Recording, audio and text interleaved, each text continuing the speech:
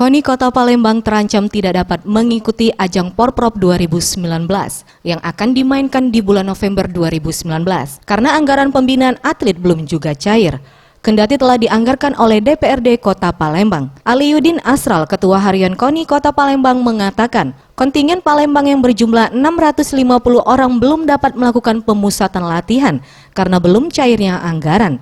Ditambah dengan belum dibokingnya penginapan dan akomodasi para atlet ini ke Prabu Muli, membuat ketidakpastian yang dapat menyebabkan batalnya kontingen Palembang mengikuti ajang Porprov 2019 di Prabu Muli. Pihaknya mendesak agar anggaran ini dapat segera cair karena pelaksanaan Porprov 2019 mulai dimainkan dari 16 sampai 26 November 2019, memerlukan persiapan matang guna mempertahankan Palembang sebagai juara umum dalam ajang ini.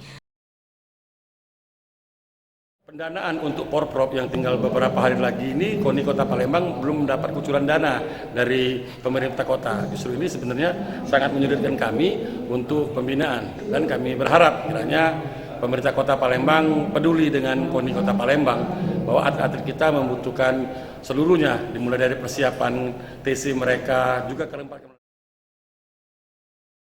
Tim Liputan Sriwijaya TV.